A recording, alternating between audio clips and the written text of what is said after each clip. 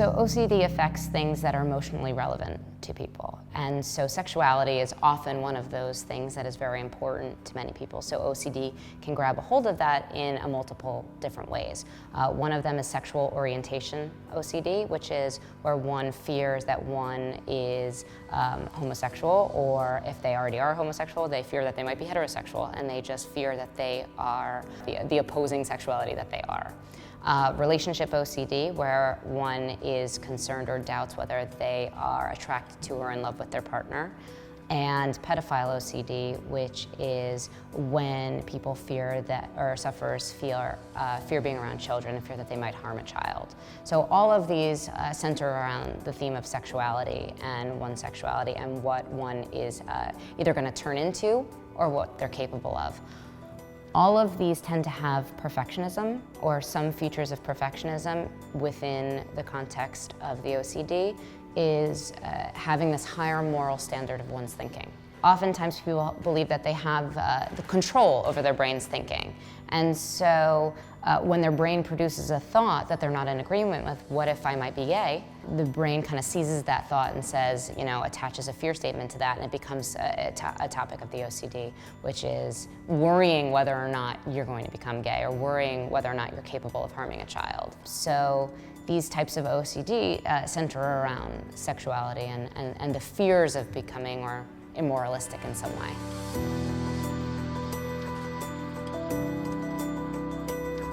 With sexual orientation OCD, when somebody is questioning, what if I'm gay, am I ruining my partner's life?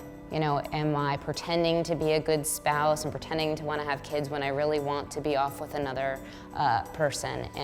Should I break up with them now to spare them of that? That could be troubling for the individual themselves in that, that's not the value system that they ascribe to. So if I don't want to be homosexual, but what if I am? With pedophile OCD, it can damage the relationships or cause avoidance in the relationships with one's own child. So you may ask your spouse to change the diapers. You may ask your spouse to never leave the room when you're playing with your child, or you may avoid your child altogether. Or you may avoid certain streets in New York where there are schools, certain places on the subway. So what happens is kind of this big scale of avoidance of the feared stimuli. So whether it's children or whether it's the relationship, they become kind of the central topic piece. So a lot of sufferers who experience intrusive thoughts while having sex may tend to avoid sex with their partner. They may tend to find excuses to not have sex with their partner and that can over time whittle away at the intimacy of a couple. And so one thing is to encourage, despite having those thoughts, to continue on with the sexuality, with the sexual experiences with your partner instead of avoiding them, because over time that can be hurtful to a spouse. They may not understand why the intimacy is gone or why they're being avoided, and that is a central part of a healthy relationship. An example of an OCD thought that might take somebody out of the moment when they're having sex is a man having sex with his girlfriend who, right in the middle of sex, has a thought of his best friend, his male best friend, and pictures him naked and suddenly needs to stop having sex. Or having a client I have has a thought where every time she goes to have sex, she thinks of a family member of hers. She thinks of her brother or her father, and that thought is very, very scary to her. And so she avoids dating or having any type of sexual relations with a man because she's so afraid of having a thought of her brother or her father during any kind of sexual event. It can also occur during masturbation.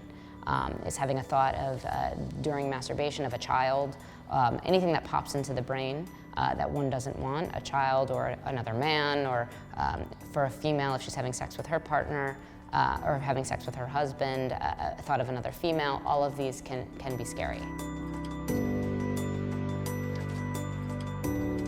If you experience an intrusive thought while having sex, continue the course. Try to stay in it as much as possible. Try to allow the thought to be there, mindfulness and acceptance of that thought while you're having sex, and try to push on. It may take you out of the moment for a second or a couple of minutes, or you may not feel that you're 100% connected in that moment, but that's okay. Not everybody, even people who don't suffer from OCD, are connected into sex in the moment. If you ask many people having sex, or a housewife, she's thinking about doing the laundry or driving the kids to school, it's a faulty assumption to believe that when you're having sex that you should be 100% in the moment. And so there are other intrusive thoughts that are going to come in and out. And so the more you can accept them, the easier they'll be to kind of filter through.